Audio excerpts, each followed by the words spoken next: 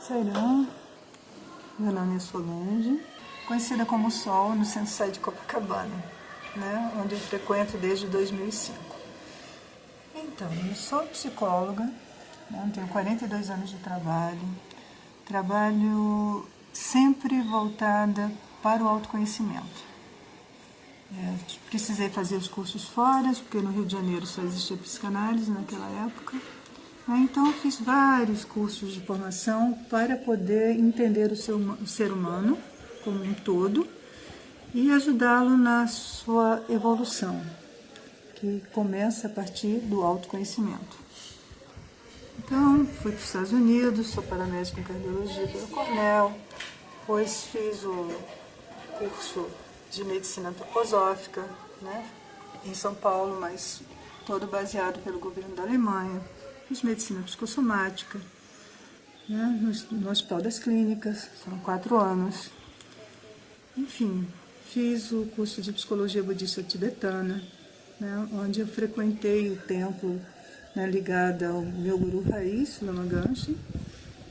E, enfim, a minha base espiritual é Cabala. A Cabala está presente na minha vida desde os 10 anos de idade. Eu sempre trabalhei Rio e São Paulo. Eu passei mais de 20 anos morando em São Paulo e comecei devagar a trabalhar na recuperação de dependência química, né, finalizando quase que 80% dos meus pacientes usuários de crack. A minha maior alegria até hoje, que me emociona, é em vê-los recuperados e tendo uma vida espiritual de expansão. Em todas as outras dependências químicas, a experiência mostra um êxito de cada 10 pacientes, pelo menos 7 estão totalmente fora do crack há mais de 20 anos. Esses pacientes, eles puderam entender qual a motivação que os levou, de onde veio, e principalmente pela lei do karma, o que eles vieram fazer aqui, o que eles vieram aprender. Não há reabilitação sem essa compreensão. Nós precisamos de tratamento medicamentoso, sim, florais de Bach, nós usamos todos os recursos necessários, mas esse autoconhecimento é fundamental para a existência plena do ser humano, para que ele possa se sentir pleno, feliz, que é o que nós viemos ser aqui. Então, minha história consome em 2004, uma das minhas indas e vindas, porque eu tinha pacientes internados aqui, 4 meses, entre Rio e São Paulo, 2 apartamentos, 2 consultórios. Né? Eu fiz isso durante 17 anos ininterruptos, e 19 anos ao todo, basicamente. Aproveitava para ver os meus pais aqui no Rio, né, e uma filha que estava fazendo faculdade. Em 2004, meu filho mais velho, me casou em São Paulo, e eu estava vindo aqui para mais uma das minhas viagens, e de repente, eu estava no carro com a minha mãe e com uma amiga no banco de trás, era uma Palio Weekend, né, 1.5, e simplesmente o vidro da minha mãe foi alvejado por uma bala dum-dum, que pegou meu osso ilíaco direito, explodiu, e os 2 estilhaços perfuraram as minhas veias ilíaca e femoral da perna direita.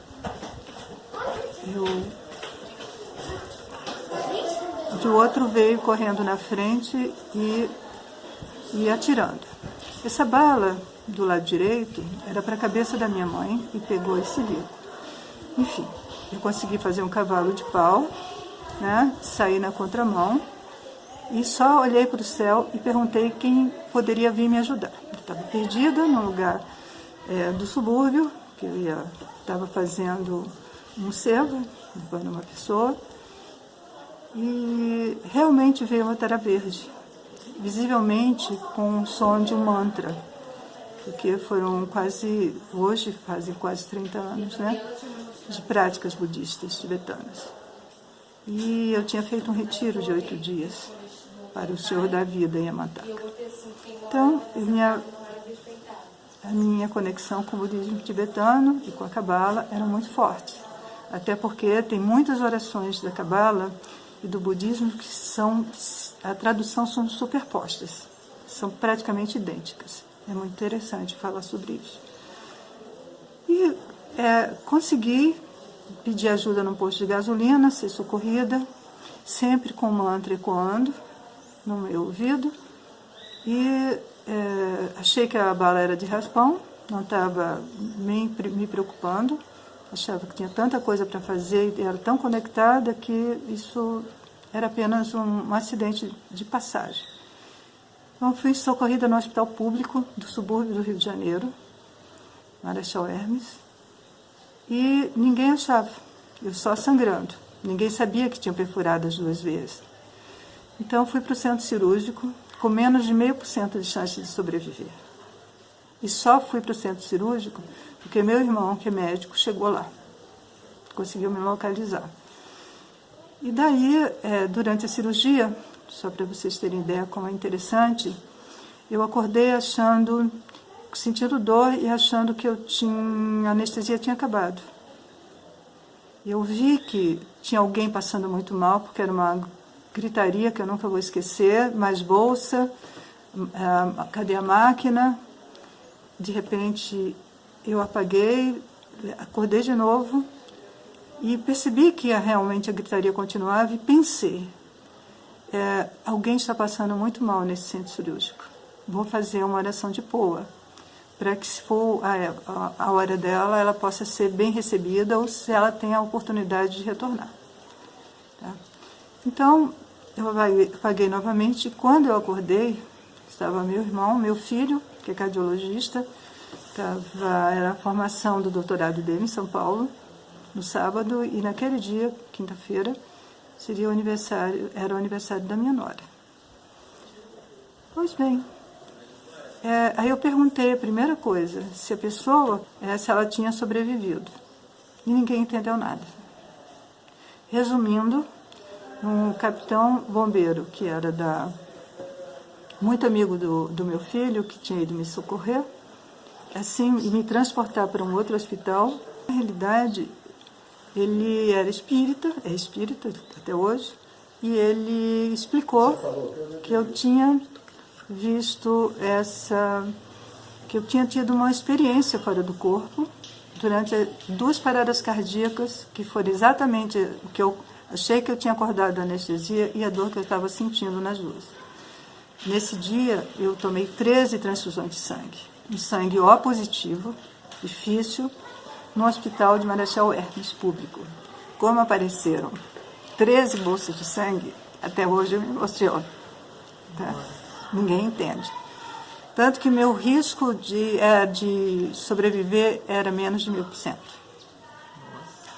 Porque perfurou as 2 veias e o meu nervo ciático da perna direita ficou totalmente queimado pela explosão da bala. Fui para a UTI, saí de lá para uma UTI cardiológica em Botafogo e minha nora se comunicou com o centro Lama Ganchen. O Lama Cauden estava, na época das monções, estava no Nepal. E como eu tinha voto de verdade, eles informaram que eu tinha ultrapassado o karma de morte prematura e que em 8 dias eu estaria em casa para voltar para as minhas práticas. Isso tudo é muito significativo, porque eu fiquei na UTI em frente ao único relógio que tinha numa coluna. Em outra cama eu não teria como ver o relógio. Às 20 horas eu sentia a presença e eu estava em conexão. Em 8 dias eu saí da UTI direto para minha casa. Contra tudo e contra todos.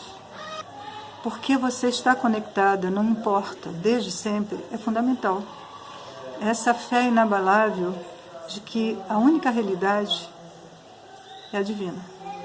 Não importa o nome, não importa a prática, né? Só importa a sua conexão e a sua certeza.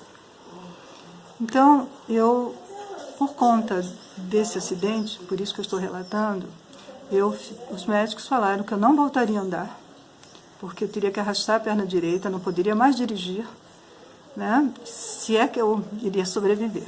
Bom, só quero dizer que meu neto mais velho fez 1 ano, no dia 20 de janeiro de 2005, eu cheguei dirigindo em São Paulo. Que são as práticas e a determinação. Você tem que ser determinada. E saber que, não é acreditar.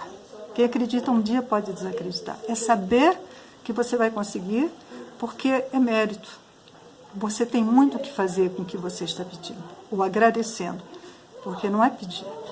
A gente agradece aquilo que está sendo vibrado e manifestado, né? Então, aí voltei o tempo, eu recebi a visita do Lama, meu Macalden, durante esse tempo, e eu tinha muitos sangramentos, e ele mandava fazer nas farmácias chinesas, Kiptang, cápsulas de uma erva, que esses sangramentos que eu tinha internos, né, vinham, e as minhas plaquetas eram baixíssimas, e eu tinha que parar de sangrar. Quando eu cheguei em janeiro, que fui no templo, o que eu vi, o Lama Ganchen, ele estava no Brasil, ele falou: Jean Paul, você ainda tem muito o que fazer, mas não será aqui conosco. Eu fiquei em termos de choque. Eu falei: eu estou indo embora, né? Vou deixar o corpo, porque eu amo São Paulo, jamais pensei em voltar a morar no Rio. Ele disse: não, no tempo você vai saber o que vai ser. E aí, em maio, eu precisei voltar, porque minha mãe não tinha se recuperado do meu tiro, né? Ela teve um problema emocional muito sério, cardíaco. E eu estava buscando há muito tempo fazer uma iniciação do método Melquisedeque. Quem canalizou esse método foi um devoto de Sai Baba, né? O Alton Kamadon. O filho dele continua devoto. E todo esse método, toda essa obra que ele fez, os 5 níveis, foram abençoados por Swami. Tanto que ele começa com Gayatri e todos os ensinamentos, todos os mantras que Swami ensina para iniciar um trabalho. E eu procurava o método Melquisedeque por causa da Cabala. Porque no início da Bíblia, em Gênesis, tem assim: e Deus, na forma de Melquisedeque, entregou ao patriarca Abraão todos os ensinamentos necessários para que os homens justos, homens de boa vontade, possam retornar para casa. Não é retornar para o pai. É Ani, em hebraico eu, Babait, para casa. E isso sempre eu achei muito interessante, e isso sempre me norteou, né, na minha vida e no meu trabalho. E então, por surpresa minha, né, estava tendo um curso do método Melquisedeque no Rio de Janeiro. Sempre que havia em São Paulo, e era difícil, eu tinha algum compromisso inadiável dentro do budismo tibetano. Eu tinha votos leigos e tinha compromissos assumidos. Mas foi possível. E eu fui com uma amiga. No primeiro final de semana, ainda estava sangrando muito minhas plaquetas lá embaixo. Eu quase com leucemia. Era 50 mil, 52 mil. Nunca, com 2 transfusões que eu tomei, passou de 80 mil nas minhas plaquetas. Então aí vem o início da minha história com Swami, que me emociona. Fui para o curso. A professora, a Thalita, que é de São Paulo, e não por acaso devota de Swami, abriu a porta. Quando ela abriu a porta para nos receber, eu e a Adriana, minha amiga até hoje, no fundo da sala, que era uma sala grande, que devia ter uns 100 metros quadrados, o salão, eu vi um monge vestido de laranja. Como eu tenho os votos, como eu já falei, nós precisamos fazer o mudra de lótus e cumprimentá-lo antes de falar com qualquer pessoa, pelo sinal de respeito. E foi o que eu fiz. Passei direto, fui para o fundo da sala cumprimentar. Quando eu baixei a cabeça, né, para fazer o cumprimento com a mão, o mudra de lótus, não tinha ninguém. Até hoje eu me emociono, porque foi o maior choque da minha vida. Não foi ver a tara verde como eu vi, como eu percebi. Foi exatamente eu ir cumprimentar uma pessoa e não ter ninguém, né? Eu não sabia, porque era laranja. Quando eu me voltei assim, em estado de choque, eu vi uma foto dele de corpo inteiro logo atrás da porta, grudado na parede. Eu estava na direção norte, a parede estava na direção oeste, na minha posição. Então não tinha como enxergar aquele quadro. Aí a mestra que iria nos dar disse assim, isso são as lilas de Swami. Não entendi nada. Para mim era guru, e muito menos eu não sabia o que era lila. E fiquei assim, com aquela sensação que estava sendo observada. Interessante que das 12 pessoas que iriam fazer o curso, 9 não conseguiram chegar. E o curso foram para 3 psicólogas, eu, a Adriana e a Ana Maria, 3 psicólogas amigas, né, com um padrão de espiritualidade, de vivência espiritual grande. E a sensação que eu tinha o tempo todo, que eu estava sendo observada. Até que uma hora eu olhava para o quadro, que estava assim, meio à minha esquerda, um pouco atrás. E é muito interessante, porque nesse momento, a mestra, ela disse, Swami está pedindo para entregar a Sol, algo que eu trouxe da Índia agora. E me entregou uma foto de Swami, que eu guardo comigo e trago com ela até hoje, que tem o Sai Gayatri e o Gayatri atrás. As 2 amigas também pediram, e ela entregou uma foto para cada uma delas. Depois ela disse, mas eu vou trazer agora algo que é só para Sol. E trouxe um pacotinho amarelo, uma foto de Sai Baba, e dentro dele um saquinho plástico que ela chamou de Vibhuti, que eu demorei para aprender o nome, até anotei na apostila, que me foi entregue. E ela disse, ele está dizendo aqui, dentro de mim, que você vai saber como usar. Eu agradeci, aquela sensação de que havia alguém me observando passou, e, milagrosamente, eu não sangrei, porque eu estava na dúvida se ia conseguir fazer esse curso ou não. Então, foi sexta, sábado e domingo. Isso foi na sexta. No domingo, quando terminou o curso, nós estamos voltando, eu esqueci o episódio, guardei o Vibhuti, estava na apostila, dentro, e a foto. Chegando em casa, eu comecei a sentir as cólicas, de que eu iria sangrar novamente, né? E não era um sangramento fácil.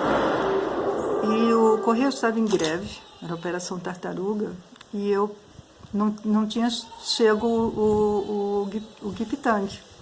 Eu tomava 18 comprimidos, abria as cápsulas, e eram ervas amargas com água morna. Com isso, aí eu lembrei do que ela tinha me dito, que eu iria saber quando precisasse. Aí eu abri a apostila, peguei as 2 fotos, a foto, li 3 vezes cada mantra, né? Porque eu estava acostumada a ler os textos e a fazer as práticas em sânscrito. E com isso, abri o pacotinho. Bom, eu esqueci de falar que eu fiz um curso de farmácia, uma faculdade inteira para trabalhar com a dependência química. E me senti responsável, não deixar que só os psiquiatras fossem responsáveis. Mas eu queria entender o que estava acontecendo e por que eles estavam tomando. Além da medicina psicossomática, eu fiz a faculdade de farmácia. Então, eu tenho um hábito realmente de não pôr absolutamente nada na boca, nada. Mas eu peguei aquele pó, coloquei no terceiro olho, disse, quero saber como eu faço. E imediatamente passei na minha língua. E assim, quando eu fiz isso, de uma forma assim, inexplicável, contrária a todos os meus ensinamentos, eu comecei a me sentir quente, a me esquentar. Estava me sentindo que eu estava ficando vermelha. Meu marido estava dormindo, ele não me viu chegar. Eu gritei, né? Chamando por ele, dizendo que eu tinha me envenenado. Tal o calor que eu estava sentindo. Ele veio correndo pelo corredor, né, não entendendo meus gritos, achando que eu estava realmente muito mal. E eu estava sentada assim na mesinha de centro, de mármore. E aí ele disse, calma, calma. Tem um monge esquisito, vestido de laranja, rindo e lhe abençoando. E do outro lado está a Tara Verde, porque ele tem essa evidência, né? Eu até agradeço não ter, porque é muita responsabilidade cá entre nós. Só basta as intuições. E então eu fui me acalmando, né? O calor foi passando e, milagrosamente, apesar daquelas cólicas que eu tinha tido, eu não tive hemorragia. Como o meu caso era único por eu ter conseguido estar viva, ir andar, apesar de não ter nervo ciático segurando a musculatura da perna, o meu angiologista, doutor Antônio Vieira de Mello, né, muito conhecido, queria levar o meu caso, inclusive, para a Alemanha. Então, eu fazia exames regulares de sangue toda semana, o TAP, para ver as minhas plaquetas. Ele também não entendia como eu andava, com as plaquetas tão baixas, abaixo de 70 mil. Toda quarta-feira eu ia lá, para ele dar uma avaliada na minha perna, olhar as plaquetas e levar o exame. Eu fazia segunda. Meu marido ia pegar na terça e na quarta eu levava. Meu exame estava com 252 mil plaquetas, que se mantém até hoje.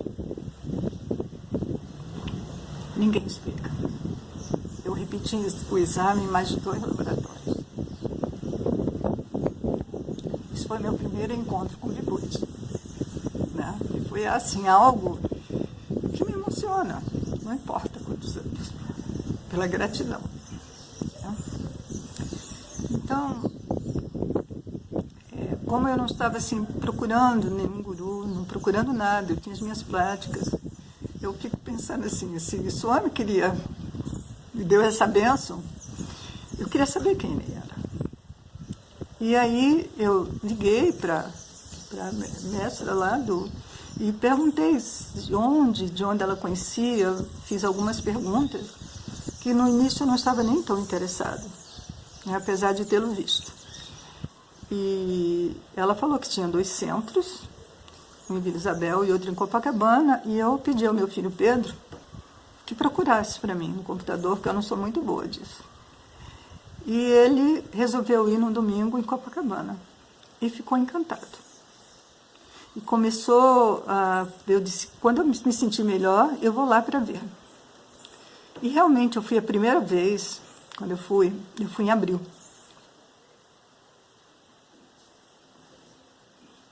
Estavam cantando, primeira vez que eu fui no Centro Sai, foi em abril de 2005, porque era Páscoa. Então, quando eu cheguei lá, a primeira coisa que eles cantaram logo em seguida foi uma música judaica. E pensa, eu me senti em choque, né? E assim, eu não esperava. E tinha todas aquelas frases de Swami sobre as religiões, eu comecei a ler todas, né? E voltei. Quando foi em maio, eu fui novamente. E, para minha grande surpresa, era uma cerimônia especial para Buda. É como meu caminho. A Cabala, né? E Buda. E aí eu fiquei realmente interessada. Eu disse assim, tudo é sincronicidade cósmica divina, não existe coincidência. Quer dizer, eu tenho que olhar o que está acontecendo, tem alguma coisa que está além. Aí eu lembrei do que o Lama Garchen tinha dito, né? Que eu iria expandir, que eu não iria ficar em São Paulo. E aí, porque eu ainda estava na dúvida, eu não sabia até então. Por isso que eu fiquei calculando qual o ano, tá? E eu não podia mais ficar viajando e indo e vindo. Eu teria que fazer opção. Toda a minha vida profissional, reconhecimento, que é tão difícil ter em São Paulo pelo seu trabalho, né? Todos os recursos que eu tinha, consultório, trabalhar na Greenwood como coordenadora, enfim, apontava para São Paulo. Mas eu pensava, como eu vou abandonar os meus pais se viverem? Eles vão passar o tempo. Em janeiro para fevereiro de 2004, o meu filho mais velho, né, e a minha filha caçula foram morar nos Estados Unidos. Ela para fazer a faculdade de biologia molecular, que ela conseguiu a bolsa, e ele para fazer o pós-doutoramento em cardiologia. E eu tinha uma filha só no Rio de Janeiro. Então, Pedro, naquela época, ainda não estava conosco, né? Quer dizer, como esse filho que ele é hoje. Então, Pedro morava comigo e depois é que ele fez essa escolha de ficar comigo. Né? É uma benção. Então, contra tudo e contra todas as expectativas, eu resolvi ficar no Rio de Janeiro, que é uma cidade que eu não gosto. Hoje eu gosto e amo pelas pessoas, da sanga, né? Pela minha família espiritual. Mas só por isso. Por causa da responsabilidade, enfim, de algumas coisas. É uma cidade linda, mas eu não me sinto vivendo num cartão postal. A minha realidade é interna. E São Paulo teria mais recursos, aparentemente. Mas voltando para Suami,